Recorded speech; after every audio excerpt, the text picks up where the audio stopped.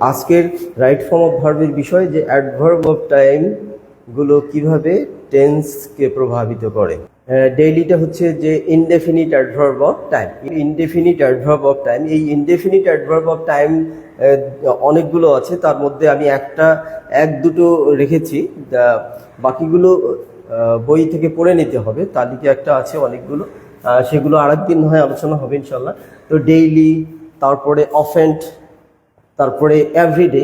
তাহলে ডেইলি মানে প্রত্যহ। এই প্রত্যহ বলতে না বুঝি বর্তমান, না বুঝি অতীত, না বুঝি ভবিষ্যৎ, কিছুই বোঝা যায় না। তার মানে এটি অবশ্যই ইনডেফিনিট অ্যাডভার্ব অফ টাইম। তার মানে ইনডেফিনিট অ্যাডভার্ব অফ টাইম মানে অবশ্যই প্রেজেন্ট সিম্পল।